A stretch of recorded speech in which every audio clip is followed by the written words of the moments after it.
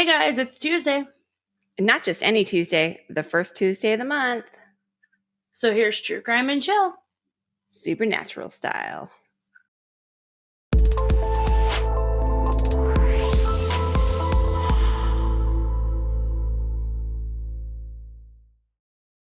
This week, I wanted to dive into one of the more notorious cases that surround a very well-known haunting, the Amityville horror story.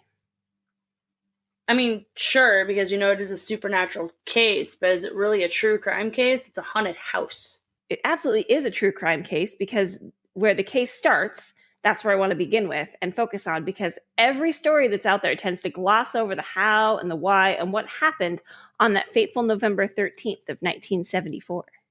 Is there really more than one story, though? Actually, there is, and there's some interesting speculation around it, too. Thank you, Internet.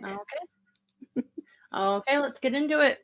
All right. Well, in the early 60s, Ronald DeFeo Sr. started working for his father-in-law at a Buick dealership and was starting to make really good money. So the DeFeo's Brooklyn apartment was also quickly becoming too small since Louise DeFeo was expecting their fifth child. So they moved into a large Dutch colonial house situated in a suburban neighborhood in Amityville on the south shore of Long Island in New York. The house had a pool and a boathouse that sat on the water. Amityville was a small, sleepy town with a low crime rate, was popular with boating because of its proximity to ocean beaches. As they began their family and they found their footing within the community, animosity began to grow with the community members about the loud, flashy DeFeo family living in their community. Not to forget the gossip surrounding them that they had links with organized crime. Like the mafia? Yeah. So Ronald DeFeo Sr. was the kind of man, according to those who knew him, who was physically imposing and ruled his family with an iron fist. He was the kind of man who demanded respect, and everyone in his household knew that nothing could stop the man when he lost his temper. Louise DeFeo was a gentle person and loyal to her husband, but it didn't stop Ronald Sr. from believing she was having a string of affairs despite no evidence of adultery. The suspicion alone seemed to bring her beatings, which she experienced on a regular basis. Hidden behind a veil of success and happiness was rage and violence. Their eldest son, Ron Jr., was on the majority end of his father's temper. He was also bullied in school, and while Ronald Sr. would encourage him to stand up for himself at school, he did not feel the same way when it came to Ronald Jr. should behave at home. Well, of course not, because back then they wanted obedient children. Yes, and unfortunately, it was not uncommon to, the 70s was a little more progressive, but like in the 50s and 60s, it was really common for men to like spank their wives and not in a sexual manner.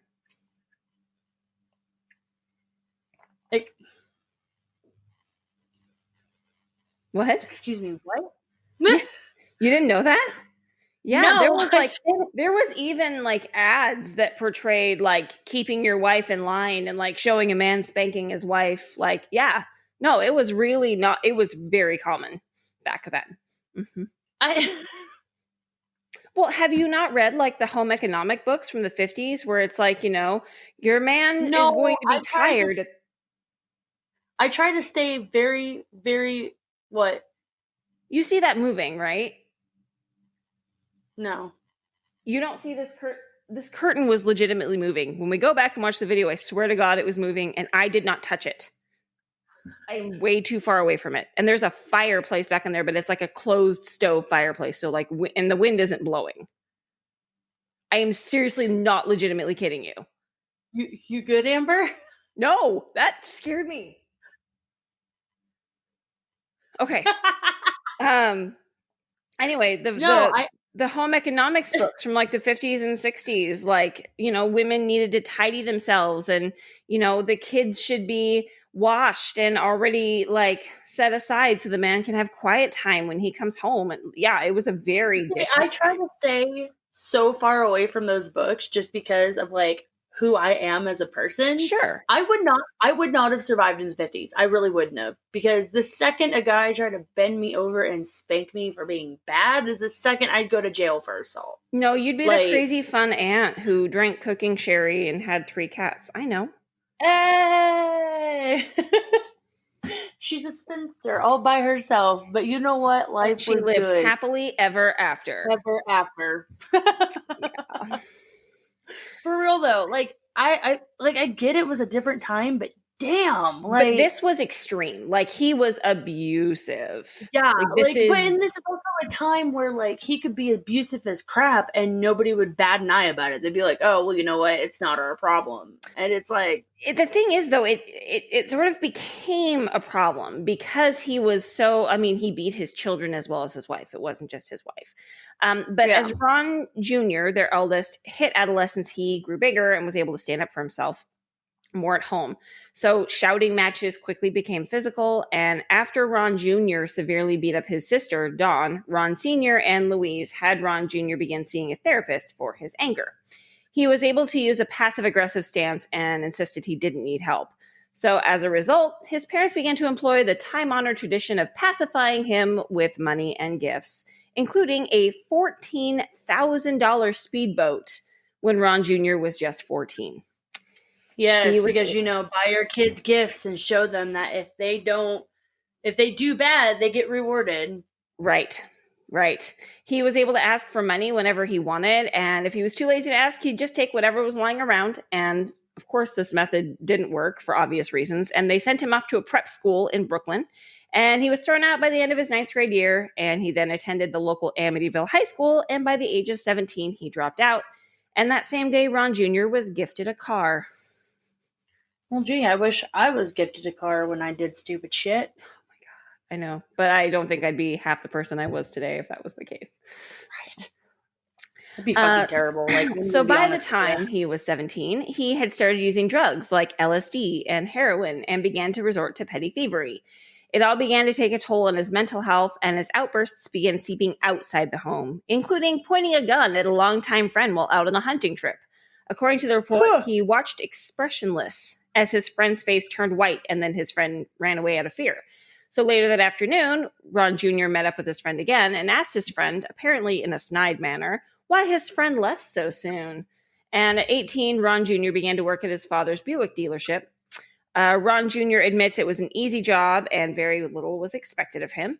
Even if he didn't show up for work, he still got a cash allowance, sometimes up to $500, which today would mean he could have kind of a living, but back then that's a lot of money. And he used the money to continue the upkeep of his car and also purchased drugs and alcohol. Wow, must be nice. Yeah, right? God. So here's where the story starts to get kind of interesting. In January of 1971, Ron Jr. met a woman named Geraldine in New York. And in December of 1973, she became pregnant. And after their daughter Stephanie was born and a lot of pressure from his family, Ron Jr. and Geraldine married on October 17th, 1974. So during this time... this dude was married? Mm-hmm. Like, yeah. And that's going to come up later because it comes up again. This guy was married and I can't even get a text back. Oh, wait. No. He was a ladies' man because we'll get into it. Hold on a second. So what? Yeah, hold on. During the time, the fights between Ron Sr. and Ron Jr. were getting worse, and one of the more well-known fights began between Ron Sr. and his wife, Louise. In order to settle the matter, Ron Jr. grabbed a 12-gauge shotgun from his room, loaded it, and brought it downstairs to the fight. He pointed it at Ron Sr.'s face, yelling, "Leave that woman alone. I'm going to kill you, you fat fuck. This is it." And he pulled the trigger. But he didn't die. Well, of course not. Actually, the gun failed to work at all. And Ron Sr. took it as some kind of divine sign and became this super devout Catholic, because he wasn't like mafia enough, right? He built several religious shrines around his house, and neighbors often saw him saying his rosary in front of a shrine of St. Joseph and the Christ child that he had built on his front lawn. So, dude went psycho because he survived a gunshot? Yeah. He was pointing down the barrel of a shotgun that his son was pointing. His son was behind. His son pulled the trigger, and the gun failed to work. So he was like, "I'm blessed by God. I thank you, God, for saving my life." And then just became this totally devout Catholic. I mean, didn't stop him from beating built a shrine in his front. But he had stuff all over his obviously yard. Because him beating his family was still a calling for God. Right. See, and so later, this is actually important because later, one of the theories, of course, leading to the haunted house stuff was that there was actually stuff going on in the house beforehand, right? And that's why he built all these shrines around the house. But police reports say it's actually because of this fight where Ron Jr. was about to shoot Ron Sr. and the gun failed to fire. So, yeah. So that's why there were lots of religious shrines all around the house. Okay, so 2 weeks before the massacre, Ron Jr. was apparently not making enough money, so he was sent on an errand by one of the staff members of the dealership to deposit $1,800 in cash and $20,000 in checks. He went with another coworker, and they left around 12:30 p.m. 2 hours later, they returned, saying they had been robbed at gunpoint at a red light. Ron Sr. was... Yep, sounds about right. Right. Ron Sr. was outraged, and he blamed the employee that, of course, sent Ron Jr. in the first place. In reality, Ron Jr. and the employee that went with him had kept the money and split it 2 ways. Ron Sr. knew what happened based on Ron Jr.'s increasing rage at being questioned by the police. Yeah. And then this is actually a famous quote that was said because it was said in front of people. Ron Sr. yelled at his son, "You've got the devil on your back," to which Ron Jr. replied, "You fat prick, I'll kill you." However... That seems to be his favorite line. "You fat prick, I'll kill you." Yeah. However, this was one of the few fights that did not end in violence, potentially a pretense to what was to come. So far it's sounding like he's been wanting to kill his dad for a bit.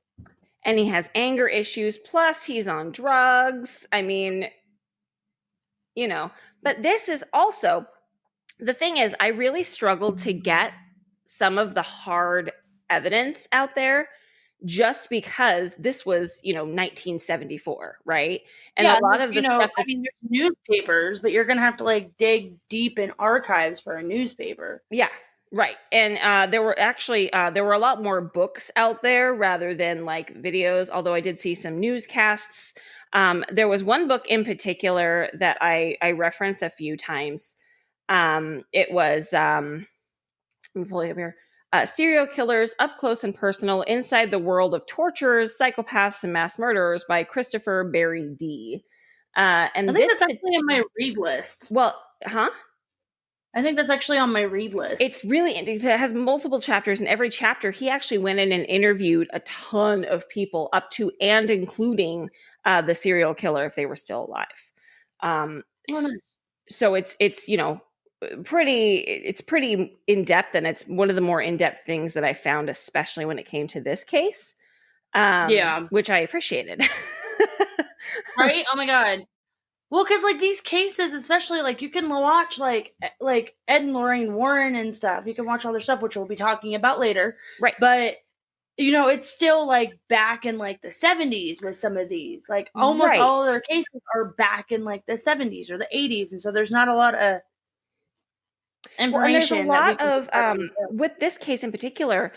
Everything that I tried to find on YouTube and stuff, it all sort of glossed over this piece of it, which is why I really wanted to focus on it, because it's this terrible thing happened. And then there's this haunting and here's all the things behind it. And I was that stuff is all out there. There's 15 movies. I really wanted to focus on the case itself. So let's talk about what actually happened. The got messed up. Yeah. Sometime in the early hours of November 13th, 1974, the DeFeo family were slain in their beds. The following I'm going to read is from, quote, The Amityville Massacre, The DeFeo Family's Nightmare, a True Crime Short by R. Barry Flowers. After entering the bedroom of Ronald and Louise DeFeo, the shooter used a .35 caliber Marlin .336C rifle in shooting each of them twice. According to a crime library report, Ronald DeFeo was the initial target, indicating that the, quote, first shot ripped into his back, tearing through his kidney and exiting through his chest. The shooter fired another round, again hitting DeFeo Sr. in the back. This shot pierced the base of his spine and lodged in his neck. Louise DeFeo was then targeted by the assailant, who took aim and fired 2 shots into her body.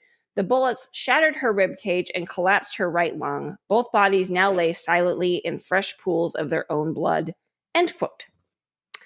The shooter then methodically stepped inside the bedroom of 12-year-old Mark and 9-year-old John, shooting both a single time before moving to the bedroom of Dawn, 18, and Allison, 13, and firing a single fatal shot into each of them. The family dog, Shaggy, was tied up outside the boathouse and kept barking, which the neighbors remembered hearing. Ron Jr. reported for work at 6 a.m. He did not stay long, which was not weird for him, by the way. He called home several times, and when his father didn't show up for work, Ron Jr. acted bored and left around noon. He called his girlfriend, Mindy Weiss. I thought he was married. Yeah, this is what I was talking about.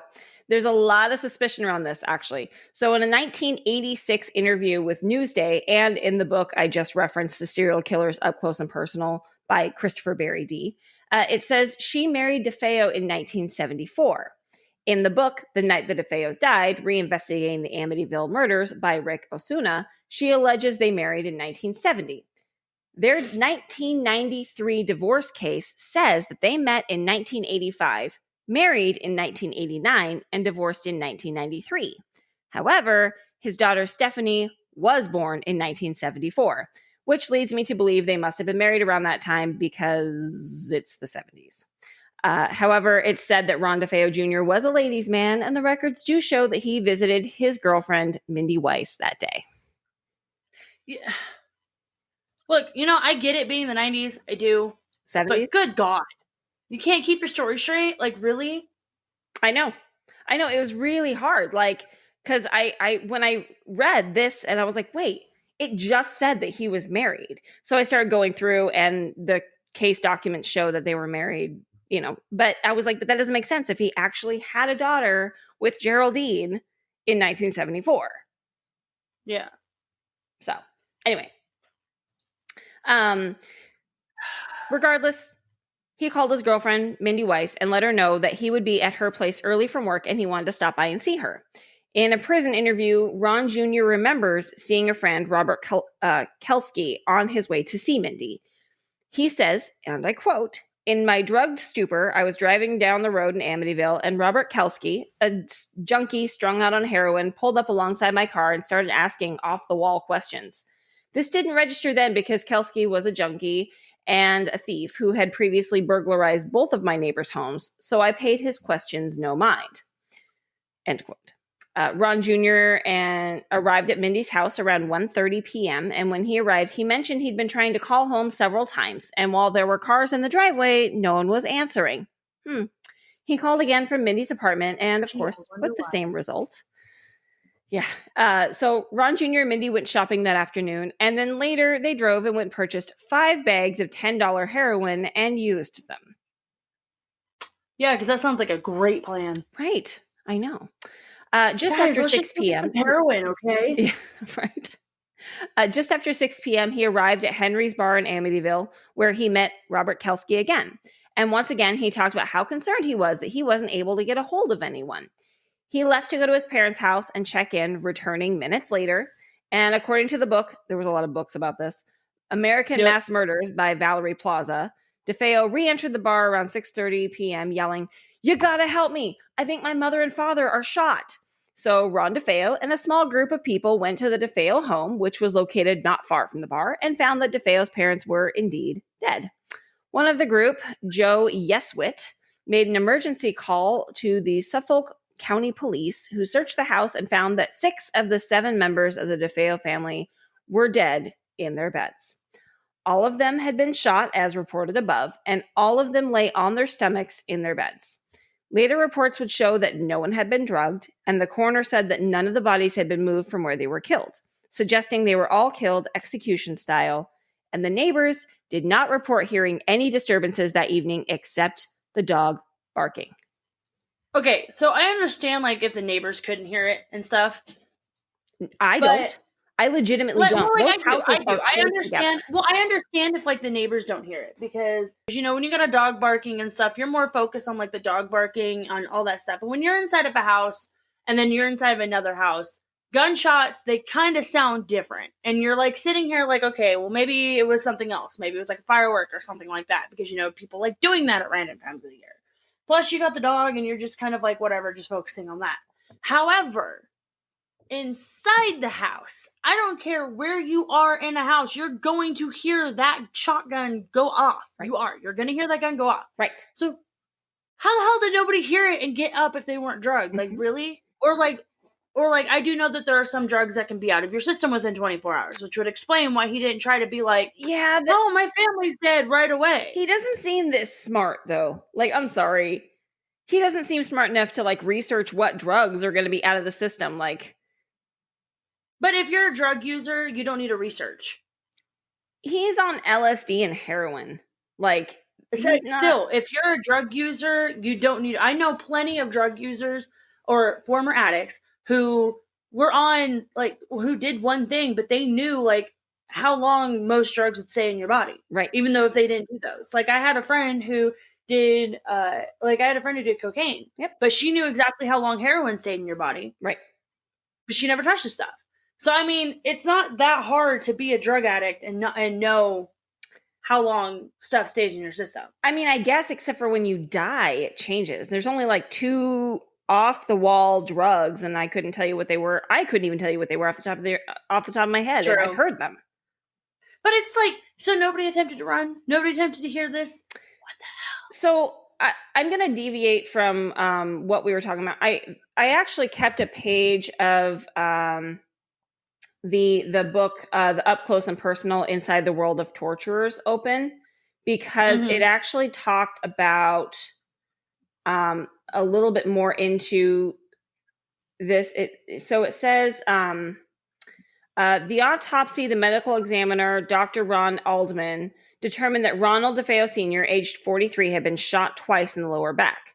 The bullets went through the kidney and spine. One stopped in the neck and the other plowed through the body and onto the mattress. Death was most likely instantaneous since he had stayed on the mattress and did not crawl out of bed. Louise DeFeo, aged 42, had been shot twice. The gunfire that killed her husband seemed to have awakened Butch's mother. Butch is what they called Ron Jr. It was his nickname. And she was turning in her bed toward the doorway. The first bullet entered her back, exited through her chest, re-entered her left breast and wrist before landing in the mattress.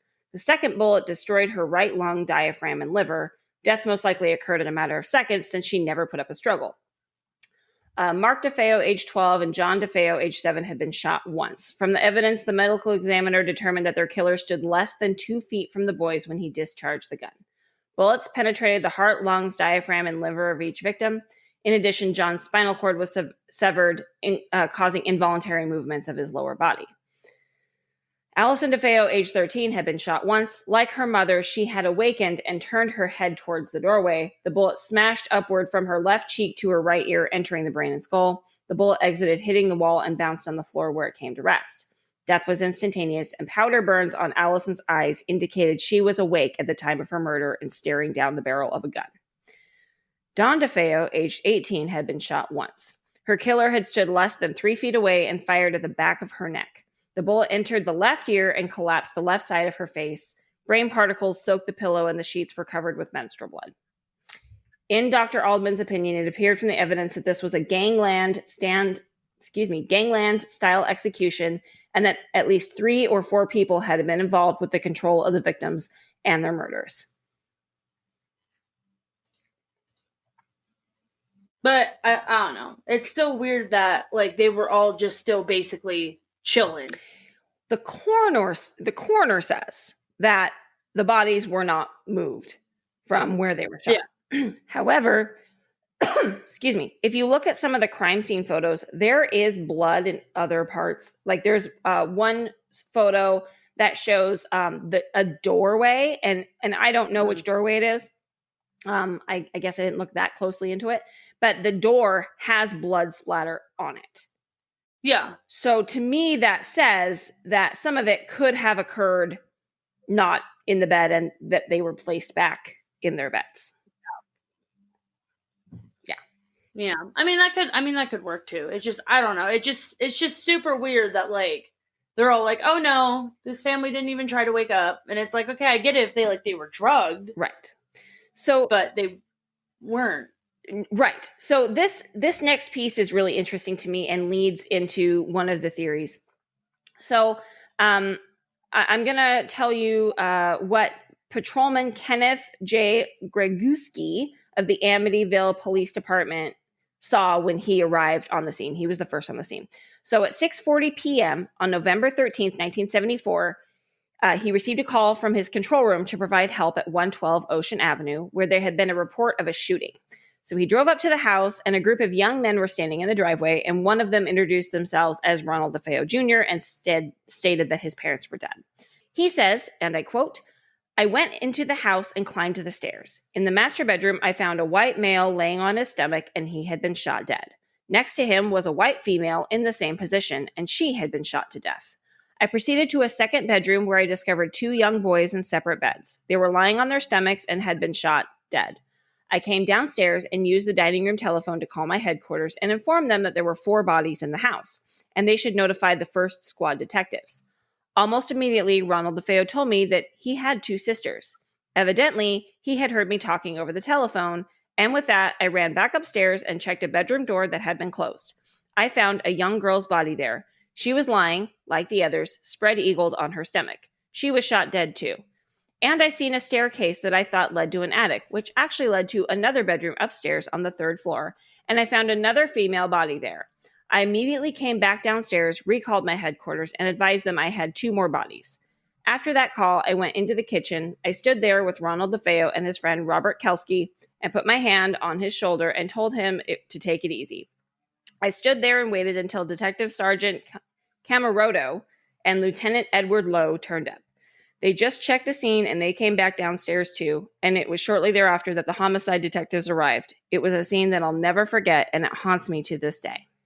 End quote. So I'm going to get back into it again in a minute, but here's what's interesting to me. Ron Jr. was the only one that had his own room. Okay? The girl... Wasn't it like down in the basement? No. No. Okay. The girls shared a room and the boys shared a room. And then Ron Jr. had his own room because, he was violent and got everything he wanted.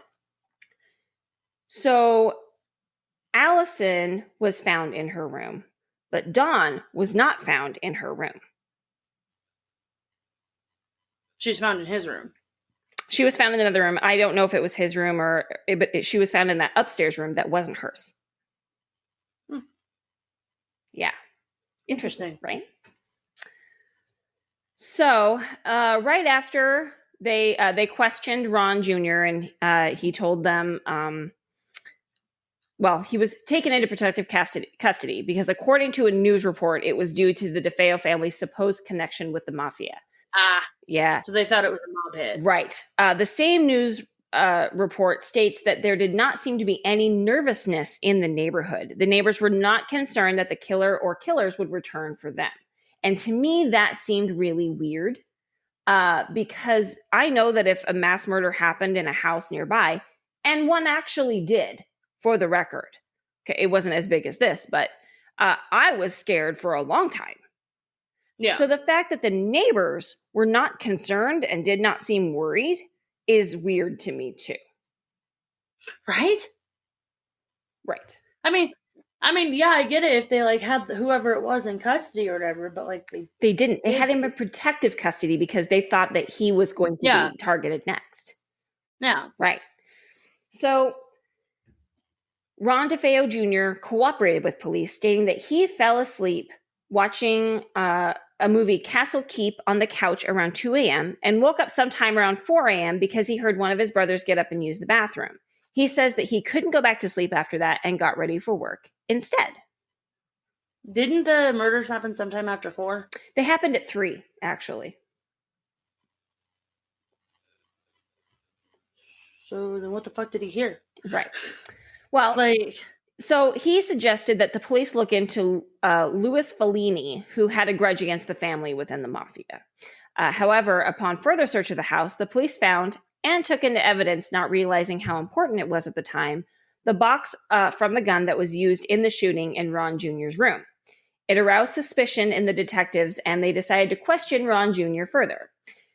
In the second questioning, Ron's story changed. It became that Ron Jr. It changed because they said, you say that you heard somebody get up and use the bathroom at 4 a.m., but your family was dead by 3. So that doesn't line up. So then he was like, and so then his story changed. It became that Ron Jr. had been held at gunpoint by Fellini, who made him go around and systematically execute his family, sparing him. The story continued to change until Ron Jr. confessed to killing his family, stating, and I quote, "It all started so fast. Once I started, I just couldn't stop. It went so fast." I mean, he seems pretty guilty anyways. He has a history of violence, drugs. Right. Like, and plus he confessed, right? But a couple of running theories are with this, and I'd like to discuss them both. Theory 1 is currently the story you'll read in books and see in movies, and what he was he was convicted as guilty and serving 6 consecutive life sentences in prison. Ron Jr. was the only member who did not go to bed that evening. Instead, he sat up in his room deciding what he should do. He took a .35 caliber Marlin Martini action rifle from his closet and began to methodically kill his family, beginning with his father. After that, he cleaned himself up, showering, trimming his beard. He got dressed in jeans and leather work boots. He collected the clothing covered in blood, his rifle, and one of the expended cartridge cases from the floor. He stuffed it all into a pillowcase and drove off. He disposed of the rifle on the dock at the end of Ocean Avenue and then drove to Brooklyn and disposed of the pillowcase in the sewer. Seems like he had pretty much had it all planned out. It sounds like it. Like he was brewing and was like, I'm going to do this. But here's the other thing. Ron was married, right? Yeah. Why would he be living at home with his parents if he was married? Probably because him and his wife got into it and she kicked him out. No. Oh. Think about it. Doesn't line up. I would not. Right. That's what I'm saying. It doesn't really line up. That's the thing that's interesting. And that's why there's this other theory circulating the internet right now. So I'm going to tell you what that theory is. It's that Ron Jr. and Dawn, his 18-year-old sister, were up late partying with some friends. As drinking and drug use ensued, Ron Jr. and Dawn decided that it was the night they were going to take matters into their own hands and take care of their problem, meaning their father. They each grabbed a gun, a .38 caliber rifle and a .35 caliber handgun, and they went into their parents' bedroom. Ron proceeded to shoot his father. When their mother woke from the noise, Dawn shot her, then shot her again for good measure. Ron Sr. supposedly got up from the bed and tried to escape when Ron Jr. shot him a second time, killing him. Ron then left Dawn, telling her not to talk to anyone or call anyone or do anything until he got back from a drug run. When he returned, he found that Dawn had gone off the deep end and shot her other brothers and sister. He returned and asked her what she had done. A fight over that gun ensued and ended up in firing and killing Dawn.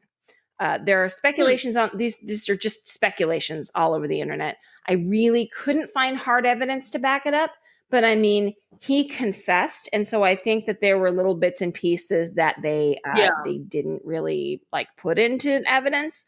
But some of the stuff that's out there is that there was unfired gunpowder residue on Dawn's hands and nightgown, and there were 2 different bullets used on the parents. Some of the crime scene photos do depict blood on a doorway, like I said, and it would explain why Dawn was not found in her own bedroom that she shared with Allison, but rather in the upstairs bedroom. So that would mean there were witnesses saying what they were going to do because they were at this party. Right. But you also have to remember that there were drugs and they were drinking, and people say weird things that they don't always mean. Yeah. Well, that's true. Right.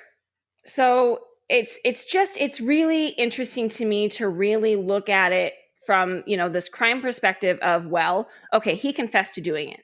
Did he maybe just say, I did it, so that his, the memory of his sister, she, was still squeaky clean? Or is that what happened? I mean, or, did he really go off the deep end and just kill them all? Yeah. I mean, we're probably never going to know the real truth and stuff, but... Right. But that's going to bring us to theory 3. And it's, of course, the supernatural theory and gets into the speculations about the house being haunted. And the theory is that Ron Jr. was possessed or at least edged on by demons or devils.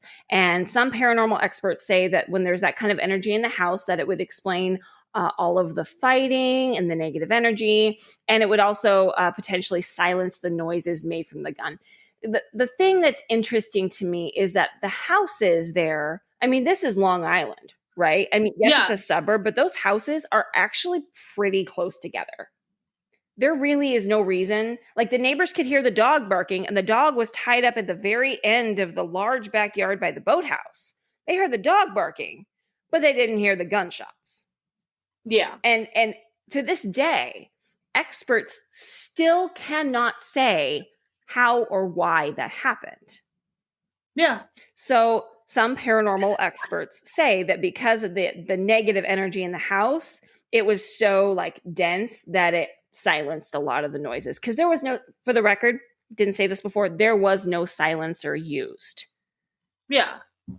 About a year after the massacre occurred, the Lutz family moved into the home, and they got the house for a steal at just, get this, $80,000. Well, yeah, because, you know, back then, realtors didn't have the thing in their contracts where, you know, they have to, like, say if a murder happens in the house. And even now they don't do that. Yes, they unless do. They have to. They are required.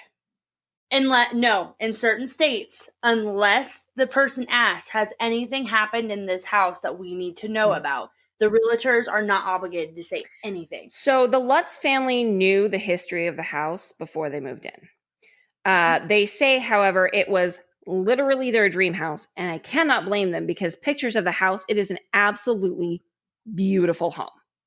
Oh, no, it's a beautiful home, but just looking at it, you know that there's bad shit associated with it. Well, and let me tell you, that is literally how every horror movie starts. A massacre happened in this house?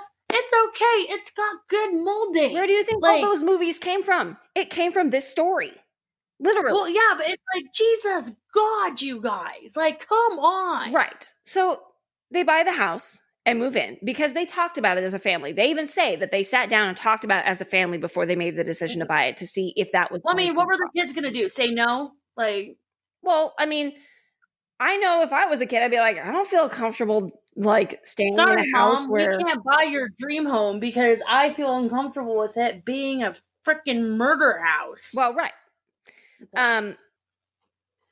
Okay. See, it's moving again. The curtain behind me is moving again. Amber, it's probably wind or every time you move the chair. No. My chair is not close to it.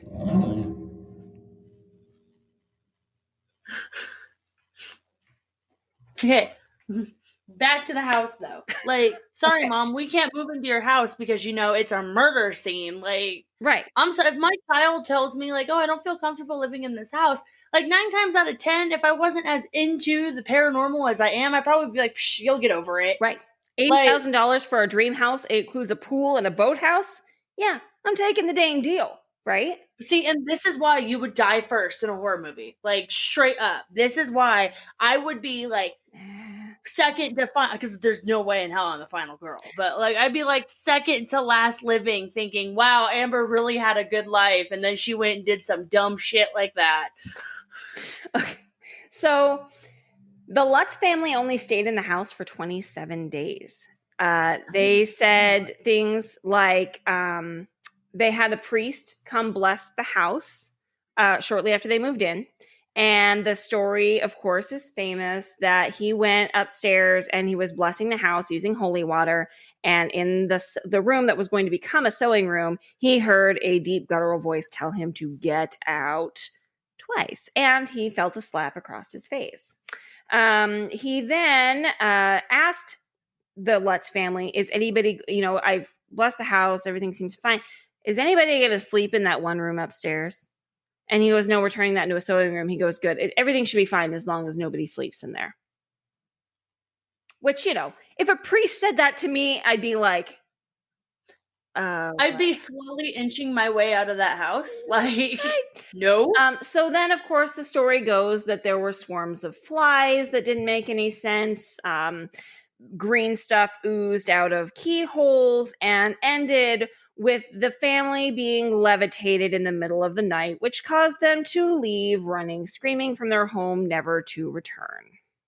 Right, because that's what's going to cause them to leave. You know, not the fact that a priest tells them don't sleep in this room, and all the strange shit happening before. The fact they get levitated in their bed is the final straw. Right. So this was like a year and a few days after. It was like December. So they spent Christmas in the house, and then like right after Christmas, things got incredibly worse, and then they left. So shortly after that, they invited a news team, paranormal investigators, psychics, and a photographer, like a paranormal photographer, to come to this house and do an investigation. And of course, nobody found anything. And the news crew was upset because they had wasted all their time on a story that went nowhere. The photographer set up a camera on one of the floors of the bedrooms, and it proceeded to just take a series of photos, right? It was like a time lapse, photo. It had a flash going. And most of the photos, like you look and it's, you know, people are checking in the rooms and you can see people talking. And then there's a photo where there's a boy looking out of the doorway with glowing eyes. Okay. And everybody that was there, including the news crew, says there's no way that it was the photographer, because they think it may be the photographer because it looks like the little boy is wearing plaid. And that's what the photographer was wearing. And there aren't a lot of photos of the photographer for obvious reasons. He's taking the photos, right? Yeah. But the people that were there say there's no way it was the photographer because he was nowhere near that area the whole time. Okay? Yeah. The photo, and I will put a comparison up on our YouTube channel, and we'll put it up also on our website, truecrimeandchill.com, looks a lot, and I mean a ridiculously large amount, like the youngest boy that was killed, the DeFeo boy. Like, it's creepy, eerily similar. And I feel like, you know, back then this wasn't really a time where they could just like Photoshop. That's what I said, because it's, you know, it's like what, 1976, 1975, right? Yeah. No, they didn't have Photoshop. They didn't really have the same. I mean, in order to sort of do that kind of a photo manipulation, you'd have to be a really skilled developer. It was possible. Double exposure photos were a thing. Yeah. But this, seriously, it looks just like the youngest DeFeo boy. It's creepy. That is literally the only evidence that was found in the house. This is two of the investigators were Ed and Lorraine Warren, and the photographer was with them. And this was one of the most famous cases that Ed and Lorraine Warren worked on, mostly because it became a best-selling book and 15 subsequent movies.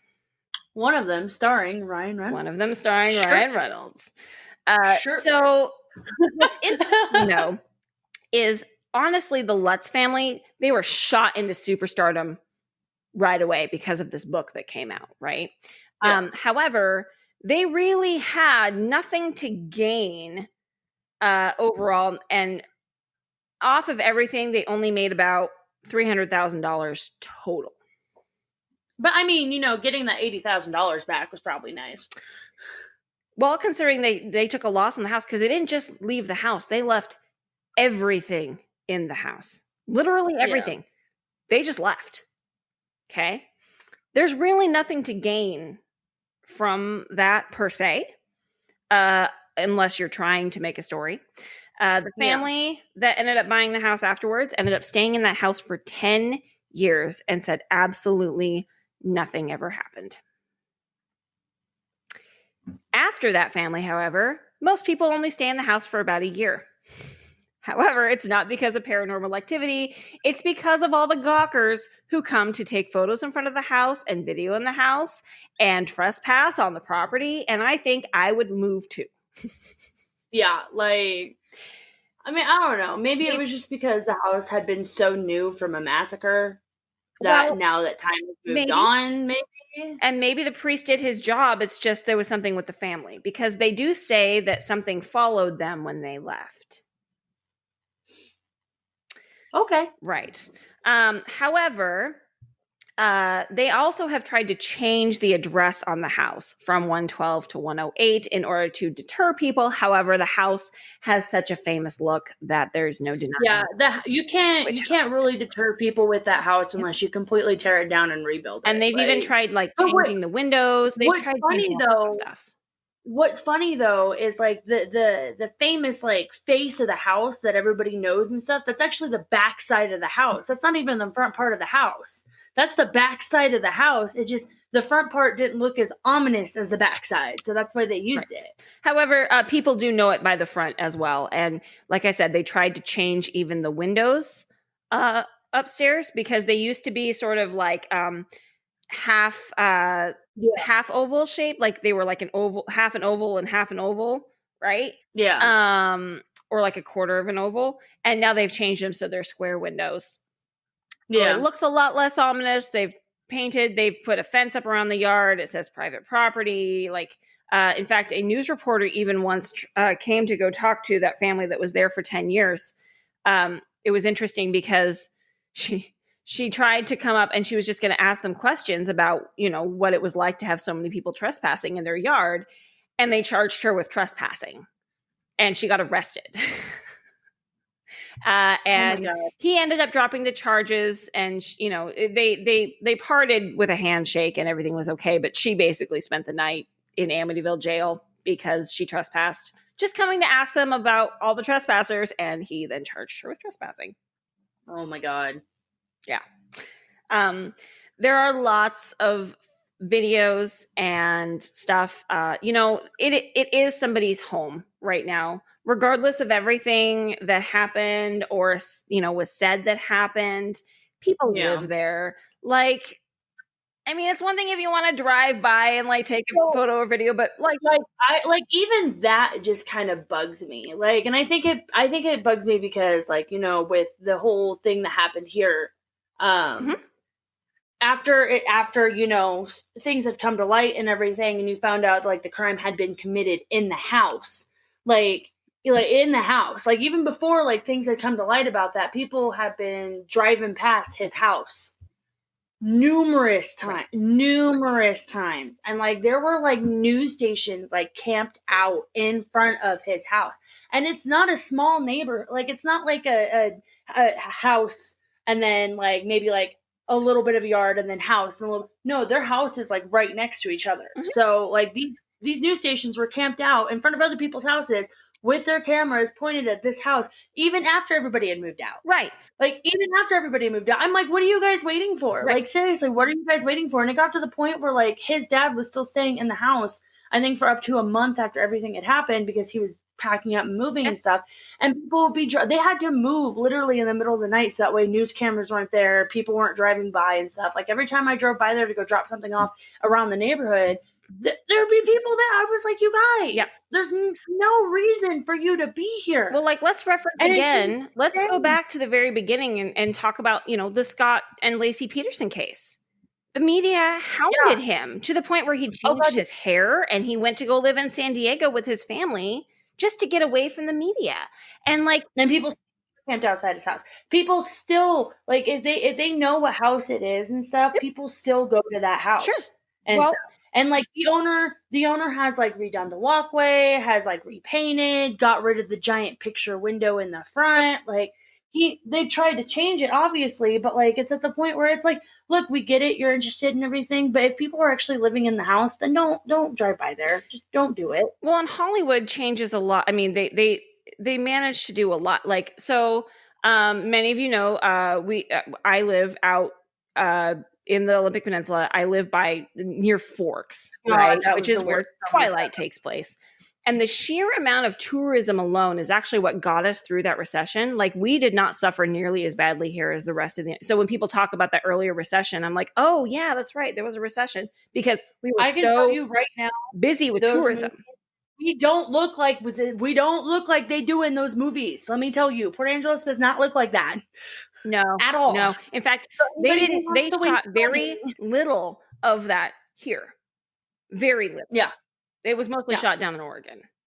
But the thing is, they actually didn't shoot any of it up here in Port Angeles. They had some still shots, and they had some background scenes that they used with blue screen.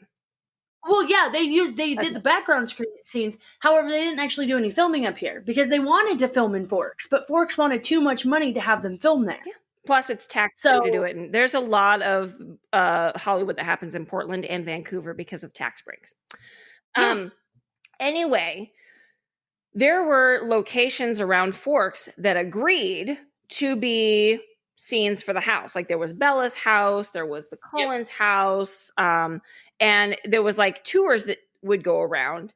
And they got so obnoxious that the people withdrew agreement to be part of it. And people would go to Forks forgetting it was a functioning town. They would stop in the middle of the road and park their car and get out and take pictures. I get that it's a small town. It's got like 3,000 people. It's got one stoplight. One stoplight and an emergency signal. Okay. But it was, and people are like, oh, wait, this town is real? Like it wasn't just made for the books? No, these are real places. Like I've had people tell me that I wasn't actually born in Port Angeles because it's not a real place. Right? I've had people ask me, oh, where are you from? Port Angeles? Like Twilight? Yeah. That's a real place? Right. Yeah. Yes, it's real. I promise you. I was in Forks just earlier this week. Yeah. So like it's a real place. It's real. I promise. It's not as pretty as the movies, but it's a real place. I mean, anyway, point is, I get that it's famous and there have been subsequent movies and stories and all sorts of things, but oh my God, leave the people alone. Right. Just let them live. Holy God. Like now, if they ever open it up to where it's like, oh, hey, tourists are allowed to, then yeah. But still then be respectful. Right. Like God. Like don't be terrible. Yes. So both Mr. and Mrs. Lutz have since passed, leaving only their children, and Ron DeFeo Jr. is still alive, serving his 6 consecutive life sentences. He has tried to appeal, stating that he is not guilty. Lawyers have said that he said things that proved that he was guilty, and they were trying to get him off on a technicality of insanity, especially due to his things like his anger issues and his drug use. But of course, the jury did find that he was both aware and present in everything that he was doing. However, there are a lot more speculations circulating the internet now, and it's hard to tell what's true and what's not, because just because you read it on the internet doesn't make it true. So ultimately, boys and girls, ladies and gentlemen, there's a lot of speculation circulating around what happened at 3 a.m. on November 13th, 1974. But what do you think? Thank you for listening to True Crime and Chill. For more information, including case notes, photos, and sources, please visit our website at truecrimeandchill.com. You can also stay connected with us on social media. You can find us on Facebook, Twitter, and YouTube. Look for new episodes from us each week on Tuesday.